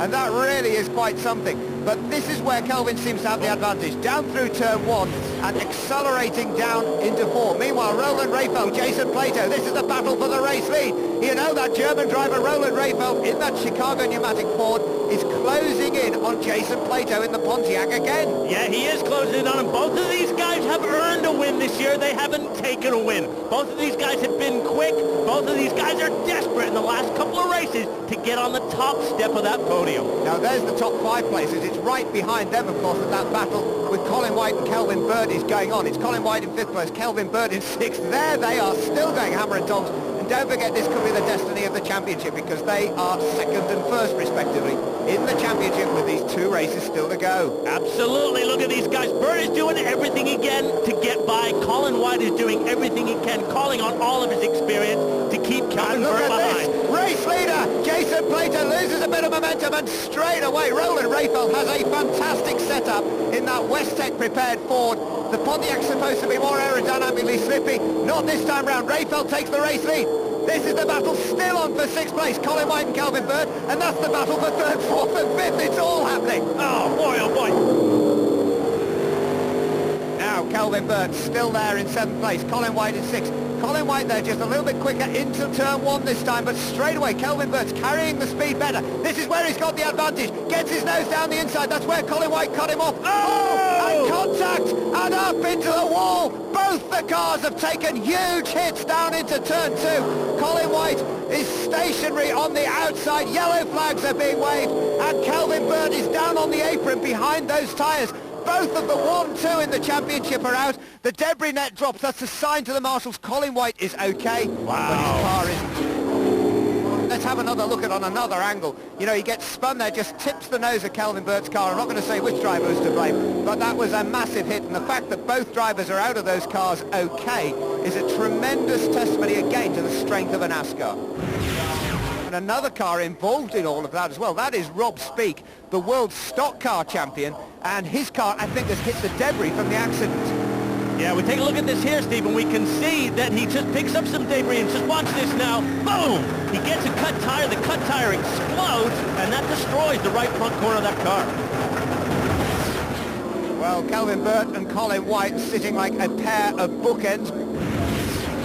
But let's have another look at this. Kelvin Burt there had the run down into turn 2. Now, was that Colin White on the outside closing the door, or was that Kelvin giving him a kiss? I'm not brave enough to say. Yeah, Steve, well, I'm going to sit up here in the conference booth with you and just sit right firmly on that fence because it's just a tough one to call. You know, these guys are racing. Here we see Colin White. Remember, he doesn't have any door mirrors, folks. He's just got his rear view mirror. He doesn't have a spotter. He comes down on it. I don't think he intended that to happen at all. But boy, oh boy, what a result. What a situation in the championship. Well, don't forget, that is the destiny of the championship may be set as the green flags go for racing. Roland Rehfeld, a good start. Maybe a little another nudge there for Jason Plato. Loses a bit of momentum, but he holds Darren Turner behind him. Nicolas Minassian looking very strong in 4th place, but Rehfeld got a superb start there. But it's Darren Turner and Nicolas Minassian. Free into turn 2. Minassian comes out ahead. Fantastic driving. And just look at Stevie Hodgson and Mark Proctor. They're wheel to wheel right behind as well. I don't think I've ever seen a restart like that. Yeehaw! 3 wide into turn number 1. I just love it. I tell you, it's just when you think it's getting better and better, these guys just give us more and more action. And Jason Plato's got all sorts of handling problems. You can see his car swirling and wriggling there. The number 6 car of Stevie Hodgson, a great race for the Yorkshireman. He is right up there with the British Touring Car champion, and he's looking for a way past. fast. He sure is. I tell you what, Steve, I said at the top of the show I really wanted to see one of these two guys get a win at the last couple rounds of the championship. I don't know. Jason Plato does not have the car underneath him right now. That is a shame. Stevie Hodgson, maybe. Well, look at this, Nicolas Minassian, fastest man on track, but he's running out of time on the run to the checkered flag because it's Roland Rayfeld. He's going to take his first victory in ASCAR. Fantastic run. And just an contact. Plato does 100 miles an hour plus backwards across the line. Hodgson up into the wall and another car off down on the right side of our screens. That is Mark Proctor got hooked up in all of that. Thankfully, all those involved in those crashes were okay, but this is the result of the top two colliding with each other. They've let Nicolas Minassian take the lead in the championship. One race to go, and any of these four could be the champion. Here it is, the championship decider. The cars come up for the green flag. Big Mac, Andy McLeod, waves the green flag. And the final round of ASCAR is go. What a start from Darren Turner down the inside, but Minassian says, mon Dieu, no, I'm not doing that. He's back up into the lead. Great start, though, from Turner, right on the tail of Nicolas Minassian. And just look back at the battle for third. Steve French coming out at the start of the race. I just can't believe it. Talk about a Frenchman leading this thing. That was a great start. Good run there by Plato around the outside and Turner up the inside. And just look at this Brandon Witt, the young American driver with the Stars and Stripes flag on his car. John Stewart, the veteran. Kelvin Burt, though, is roll. Look at this. Brandon Witt loses it up at turn 4 and bang into the wall. Now that guy is one of the stars of the Southwest Tour down in California and Arizona. He will not be happy to have that Unity car. Carries the Stars and Stripes flag, and there's an oil flag out as well. There's fluid coming out of that car. That's going to be a big cleanup, and already the lights of the emergency vehicles are reflecting. You can see young Brandon there, left side of the car, talking to the crew. Thumbs up. Well, let's have another look at that. Brandon Witt on the outside there. Just gets a little bit of a kiss from the 75 car of John Stewart. Bang into the wall. Well, he's okay. The car designed to take that kind of a hit, but he's not going anywhere else. Let's take another look at this now from the number 5 car of Rob Speake. He's trying to get around the outside of Kelvin Burt. He moves down to the inside. John Stewart starts to move up. There's the contact. Colin White in that 68 car is into the pits and effectively out of contention. Minassian from Darren Turner, Roland Rayfeld and Jason Plato as the green flag is waved. The white car there of Stevie Hodgson making a good start again, but at the head of the order, just look at that gap already. Nicolas Minassian running very quick. Darren Turner had to come off the gas there, nearly pushed up into the wall. Roland Rayfeld has a chance. Jason Plato and Stevie Hodgson, they are fighting for 4th and 5th places, but just look at this. 2nd and 3rd places. Roland Rayfeld really is on a charge. Absolutely. Minassian wants to win this championship in style, but let's not forget, folks, do not move from your seat. The championship is not over yet. Plato needs to get by these two guys. Burt is still moving up, and I'll tell you what, I wouldn't count out Colin White. Well, I wouldn't count out Colin White or Kelvin Burt, because just look where Kelvin Burt is. He is already from the back of the field, right on this train. There he is, number 7 car, trying to get around the outside of Mark Proctor, and a car moving very slowly, heading for the apron. That is the 84 car of Derek Hayes. Kelvin Burt still on his charge. We're riding with him now. That's the number 6 car of Stevie Hodgson, the man who has worked for Richard Petty in the United States. He knows all about setting up these oval race cars. And Stevie Hodgson, whoa, he may know a bit about it, but Kelvin Burt, that is inspired. That was a great move, Steve. We were talking about Stevie Hodgson. I just didn't think Burt was going to be able to get by, and he just flew by here. Look at Matt Neal putting a move on it. Must be a problem now with Hodgson's car, because it looked quick, and then boom, all of a sudden. Well, all of a sudden he had to come off the gas because Kelvin Burt was in the way. And a problem for Jason Plato. He stalls the engine, and it needs a push start, and that's lost him vitally needed seconds. You know, that pit stop could easily have cost Jason Plato any chance of the championship. Yeah, absolutely, Steve. Minassian now, the championship leader. He comes down on pit road. Watch the RML guys go over the wall. Let me interrupt you here. Watch the pink car as well. He's going to come in front of Minassian. That's Kelvin Burt, his teammate, and that's going to be a more difficult departure for Minassian. Meanwhile, Darren Turner already out on track, and that timing of that pit stop by HTML was fantastic. But and that is what happens in a crowded pit lane. As Mark Proctor headed for the pits, Minassian was determined he was coming out. He had to go around the back of Kelvin Burt. But look where Minassian is. He's left the pit lane. Crossing the line now is Darren Turner. Meanwhile, the number 7 car of Kelvin Burt is tucked in behind the number 5 car of Rob Speak as he leaves the pit lane. So he's going to have to make up track positions on track. But that pit stop by Minassian and that aggressive departure, talk about aggressive departures there. That means that Minassian has opened up a few more seconds over Darren Turner. There is Turner right behind. Rayfeld still there in that 3rd place as we ride now with Rob Speak. And just look at the gap. Already Kelvin Burt has opened up, and that's the outlap on cold tyres out of the pit. The pace of this man, Nicolas Minassian, isn't just the inspiration of the driver. It is the hard perspiration of that RML team, the guys from Wellingborough. Plenty of racing still going on. Poor old Colin White.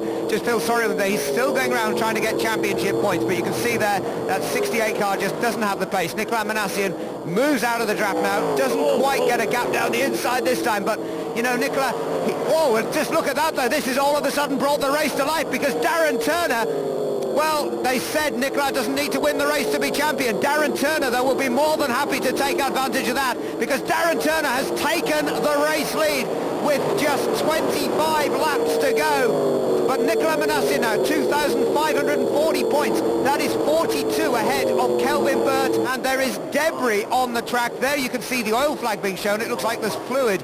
No, I think, Steve, yeah, you were right first time. He's picking up some debris off the track, and of course that's so important because if he cuts a tire, you're in the wall big time. Roland Rayfeld down the inside of Nicolas Minassian. And Minassian, don't forget, he's thinking about those championship points, but it's Jason Plato. Don't forget, Plato too still has a chance of championship points here. But Rayfeld going wheel to wheel with Minassian. Minassian says, okay, I'm going to settle for 3rd place this time round. So it's Roland Rayfeld, winner of the last race, tucked onto the tail now of Darren Turner. But look behind Jason Plato. What a start for Kelvin Burt. He is right up in 5th place now, right on the rear airfoil of Jason Plato's car. That's right. He wants to come in. He wants to get ahead of Minassian. Still wants to take the championship. Minassian was so loose coming off of that last turn. Remember, we saw some debris on the track earlier. He could still cut a tire. He could still lose this race. Any of these guys could go in the wall at any moment. And just look at this, Anthony Swan and Kelvin Burt. And don't forget, Kelvin was really aggressive early in this stint. There's the difference in championship points. Just 5 points between Burt and Plato. Guess what? If Kelvin Burt loses these positions, he is going to lose the points to Jason Plato. It's going to go right down to the line. And Anthony Swan, young man, literally from just the other side of that wall in Gretton Village. This is his home track, absolutely the home hero, number 28 there. And he really is keen. You know, the season is getting to an end. This summer has come to an end here. The evenings are drawing in. You can see now that lovely sunset light. You know, the sun is literally going down on the 2002 ASCAR Championship. Well, there you can see the tension on Phil Barker's face. In fact, it's almost emotion. There's tears running down his cheeks. Phil Barker, it's a special moment for him. In the first season for RML in ASCAR, their man is going to be champion. It's all down to the checkered flag though. Darren Turner, Roland Rayfeld, final corner, final lap, final race of the season. Can Darren Turner hold on? Wow, Darren Turner takes that win. Rayfeld pushes him every end, and Minassian is the champion. Well, absolute delight for the RML team, and that has been hard-earned. Big, tall Ray Mallock there gets the congratulations of the team. And, you know, it's funny racing this. You can never think about anything. You have to just get on with it and try to be clean and to be quick. And that we was this weekend, you know, clean, consistent, quick, and no mistake, just hang in there. Confirmation then that Nicolas Minassian is 2002 ASCAR champion ahead of teammate Kelvin Burt and Jason Plato. Longtime leader Colin White slips to 4th, and a late run of form sees Roland Rayfeld finish in 5th. Further down, last year's champion John Mickles slips out of the top 10 after missing the last few races of the year. So it's a celebration for Darren Turner, Roland Rayfeld, and Nicolas Minassian as the Frenchman takes his first ever championship title.